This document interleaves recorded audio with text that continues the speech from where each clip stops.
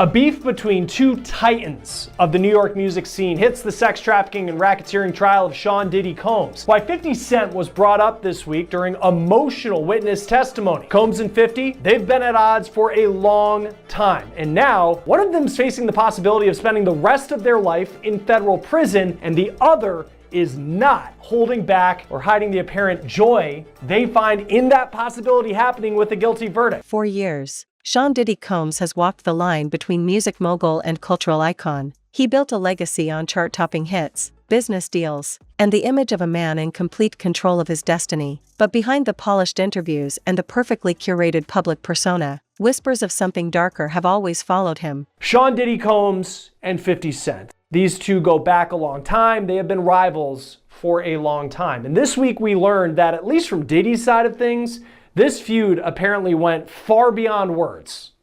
50 Cent's name came up during the testimony this week of Capricorn Clark. She is a former assistant of Sean Combs who went on to become the head of marketing for his Sean John clothing brand. Clark rose successfully and professionally through the ranks of Diddy's world during her time working for him, which stretched between 2004 to 2018, so she saw a lot. Clark claimed that Diddy would threaten her, and she says he even kidnapped her in 2011. All of this matters as we build up to how 50 Cent kind of factors into what she said on the stand. Now, Capricorn Clark started working for Bad Boy after she worked for Death Row Records.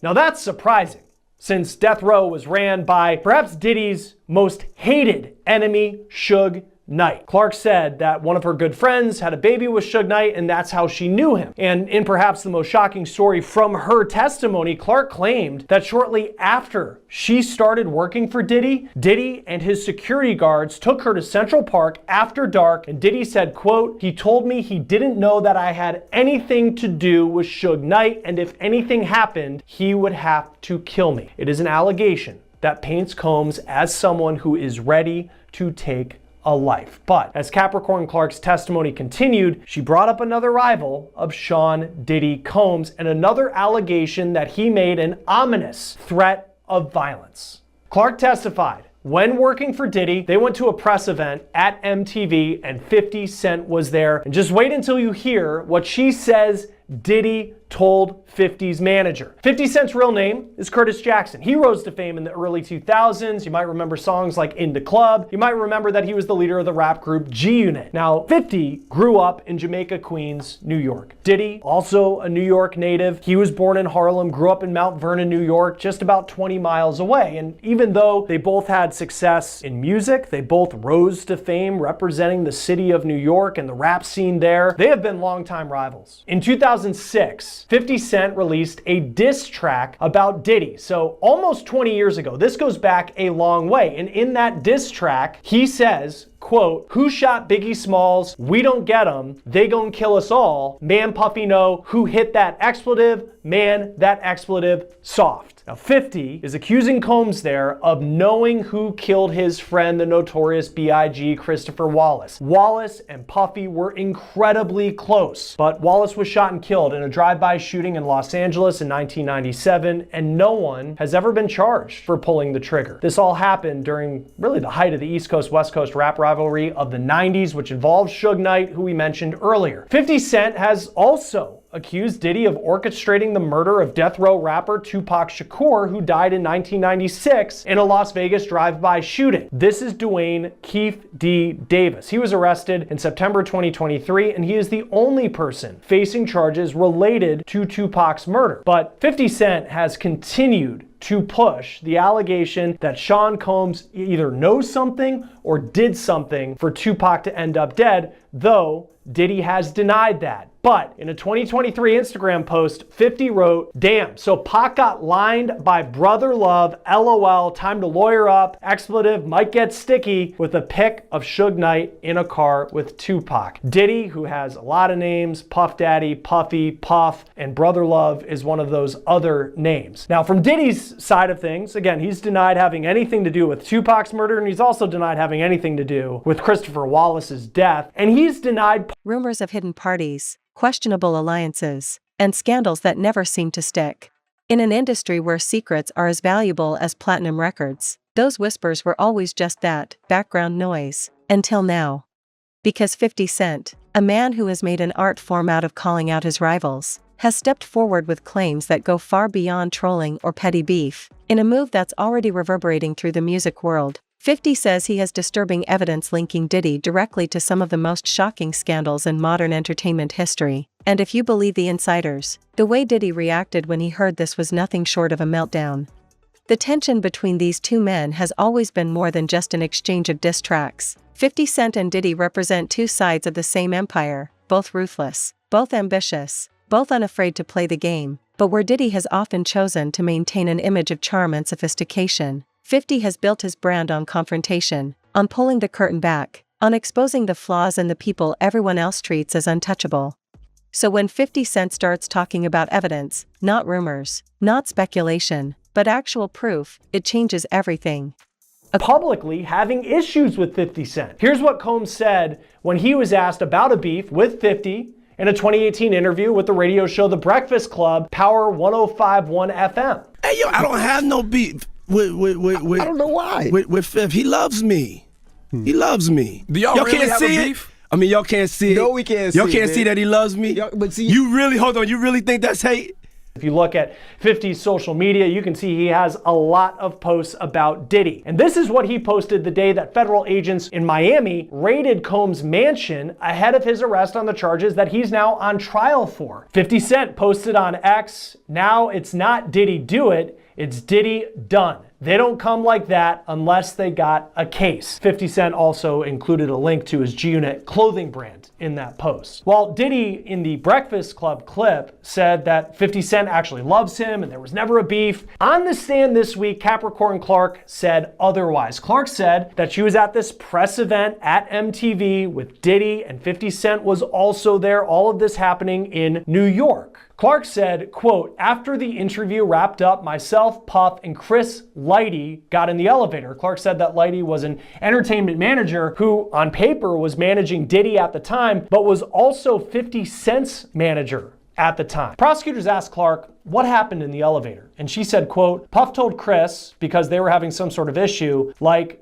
I really don't like all the back and forth. I don't do that. I like guns." The prosecutor then asked, "What's the issue with an individual?" And Clark responded, he had an issue with 50 Cent. She said Combs was very serious when he said that. In this case, it has become common to hear testimony from witnesses about alleged threats by Diddy. In fact, several witnesses have said that Diddy regularly threatened to fire people, to beat people, like his former girlfriend Cassie Ventura, and in this case, making a threat involving firearms to settle a dispute, per the testimony of someone who was one of his closest associates for more than a decade. Invoking gun violence and some sort of veiled threat, that could be scary for some, but apparently not 50 Cent. On Instagram, 50 posted right after his name came up in the courtroom, quote, cut, wait a minute. Puffy's got a gun? I can't believe this. I don't feel safe, with a picture that looked like an AI image of 50 Cent on a movie set looking serious. And he wasn't done. Shortly after that, he posted another AI image on Instagram of him in a Yankees hat with a very scared look on his face with the caption, "Oh my goodness, itty bitty Diddy wants me dead. I have to lay low." Sad face emoji. "I think I'm gonna hide out at the playoff game tonight, LOL. Then the next day he posted what he did that night. He went to the NBA playoff game between the New York Knicks and the Indiana Pacers in Indiana. And you can see him here in a picture on the floor in a shirt that reads, quote, "Free Diddy," playing into the trolling that 50 Cent has done to Sean Combs over the years, even before Combs was ever accused of what he is on trial for. Now, Combs' trial is expected to last another month at least. He's charged with racketeering, sex trafficking by force, and transportation to engage in prostitution. He has pleaded not guilty. Join us now to talk more about the trial of Sean Diddy Combs and everything that's going on inside the courtroom is Afi Patterson, civil and criminal defense attorney. Thanks for taking the time to be with us. We're focusing on what was a minor moment in the grand scheme of everything we heard in the trial this week, but there's this anecdote that Capricorn Clark told about what related to 50 Cent, but what Diddy allegedly told 50 Cent's manager at MTV during her time of working for Diddy. What did you make of that? Sean Combs saying, "I don't like the back and forth, but I like guns." I think it goes to the overall case. They've been saying that Diddy was a dangerous guy. If he made a threat, he could back it up. And I do recall reading that she said that his demeanor was very, very serious. And knowing the history, knowing his history, his violent history, knowing about the beef between Biggie and Tupac, I think that it probably frightened her. And I think that just again, According to him, this isn't just about Diddy's alleged involvement in one or two questionable incidents. This is about a long chain of behavior, a network of people, and situations that have been carefully hidden from public view for years. Some of these claims line up with things that have been hinted at before: rumors of private gatherings where phones were confiscated, where celebrities and executives mixed under strange and secretive circumstances. Others point to allegations of financial manipulation, of exploiting loyalty, and of silencing those who dared to speak out. What makes this different is the weight behind the words. 50 Cent isn't just some anonymous source. He's a man who has built an empire of his own, a man who knows the industry inside and out, and someone who has shown time and again that he's willing to follow through on his threats. When he names you, it's never by accident. Insiders say Diddy didn't see this coming. He's dealt with accusations before, but they've usually come from people on the outside looking in, people who could be dismissed as opportunists or enemies. But 50 Cent is neither. He's a peer, a rival, and he's someone who has the resources to back up what he's saying.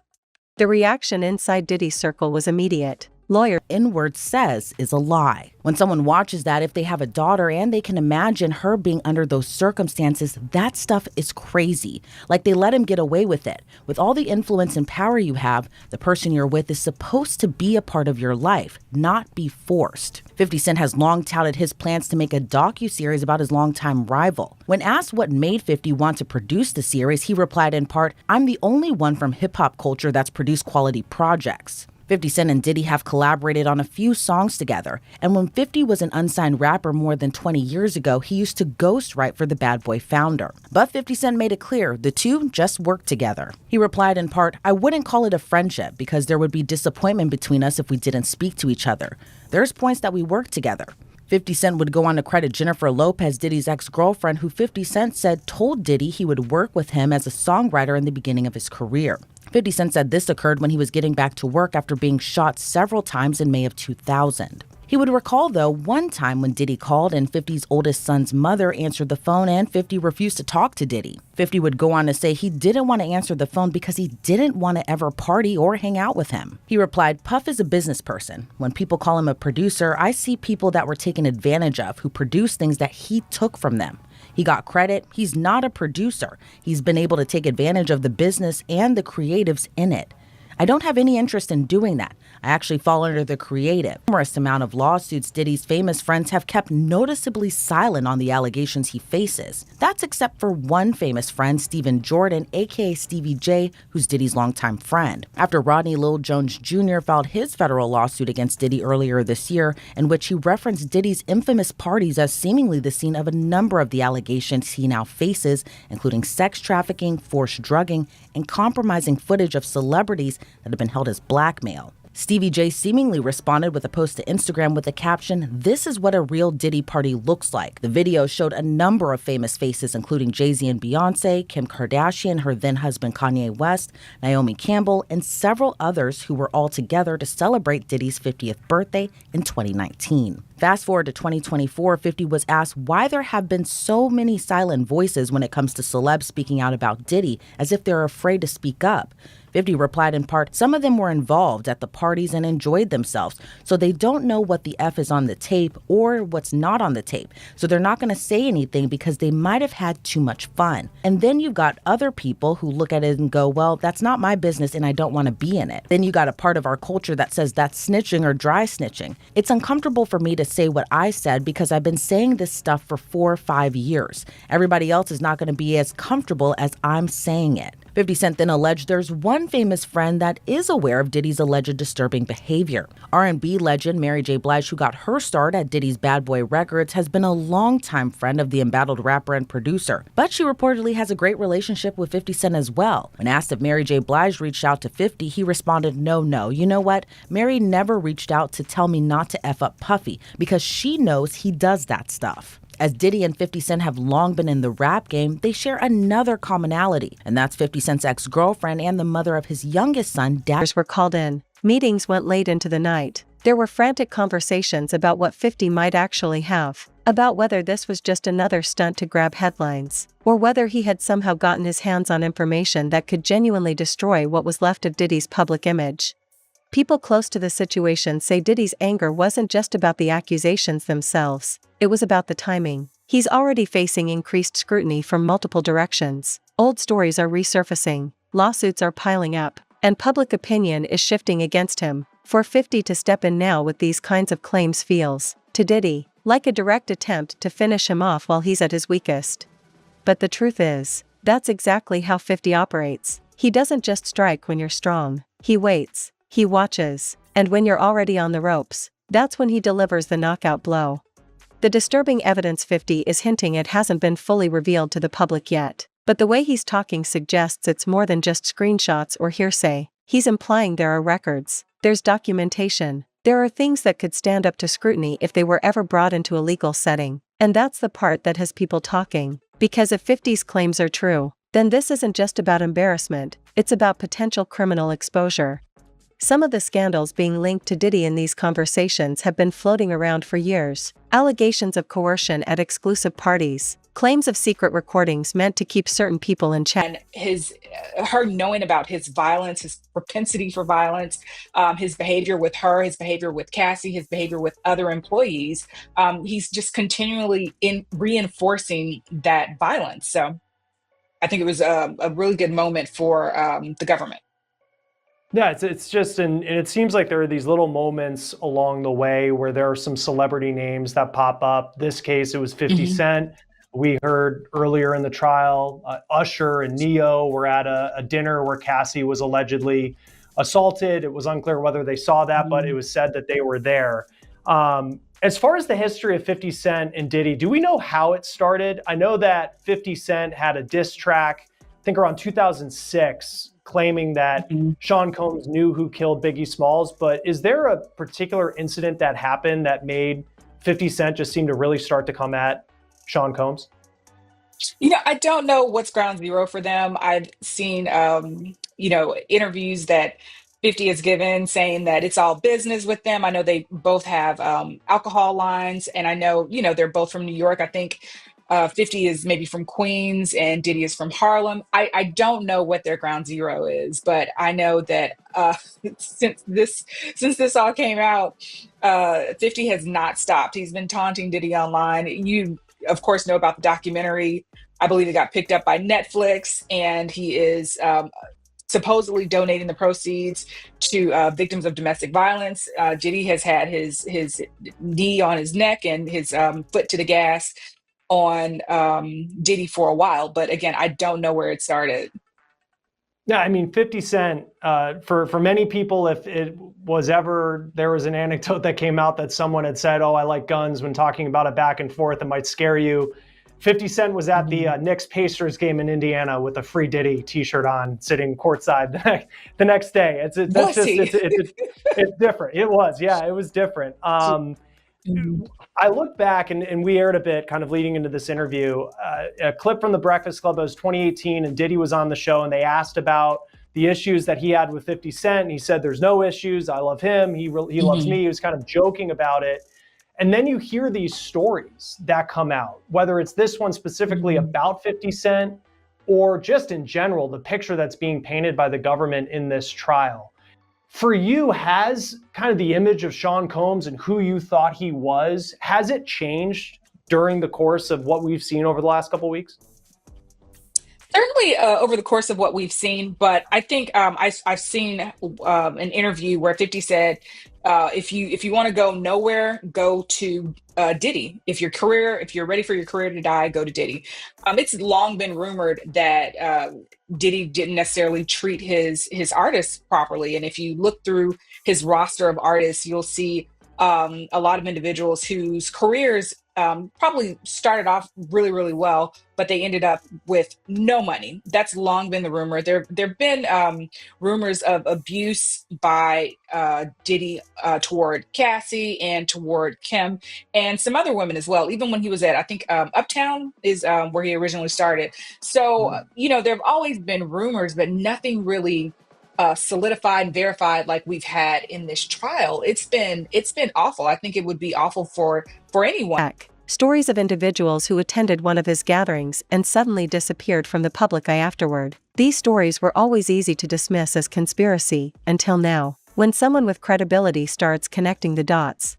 The industry is watching closely, not just because of the accusations themselves, but because of the possibility that other powerful names could be dragged into the mess. If these alleged events happened the way 50 suggests, Diddy wasn't alone. There would have been other influential figures in the room, other people who now have just as much to lose if the truth comes out.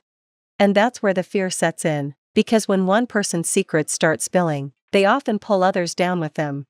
For the public, this is unfolding like a high-stakes drama. Social media is buzzing with speculation. People are digging up old interviews and videos of Diddy looking uncomfortable, and fans are revisiting past moments between him and 50 to search for hidden meanings. Every old rumor is being reevaluated in light of what's happening now.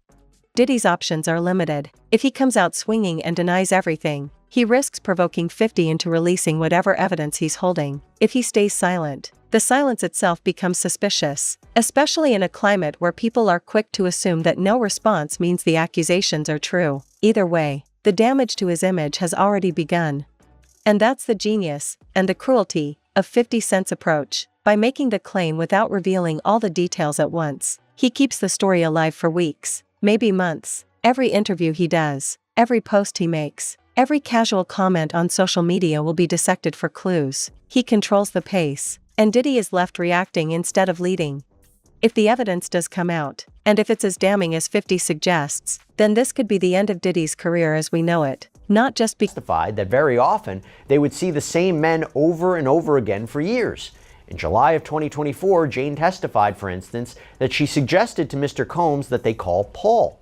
Jane explained that she told Combs she, quote, missed Paul. When asked why she said that, she responded, because I did. This was a lifestyle, one that both Miss Ventura and Jane chose, one they all, as grown adults, had a right to choose. Like many aspects of sex and intimacy, it was not without its complications, its bouts of jealousy, and at times, its frustrations. But that is a hallmark of any serious romantic relationship, and that is what these were, serious, long-term romantic relationships. By the way, not surprising they're really focusing on this because, again, he was acquitted of sex trafficking. They highlight how the jury didn't find sex trafficking of Jane or Cassie, that it didn't occur. There was no force, fraud, or coercion that was used to induce these women to engage in commercial sex acts. For transportation to engage in prostitution, what he was convicted of, the prosecution didn't have to prove that violence was used or that fraud was used or threats were used. It was just, did you transport these women and men for the purposes of sex work, commercial sex acts? And obviously the jury convicted him of that. And they highlight all the jury found was that there was prostitution, payment of porn stars and escorts. And they highlight that he is a swinger, or under the Mann Act, a John. And they argue he doesn't deserve to be locked up for this. Quote, Sean Combs should not be in jail for this conduct. In fact,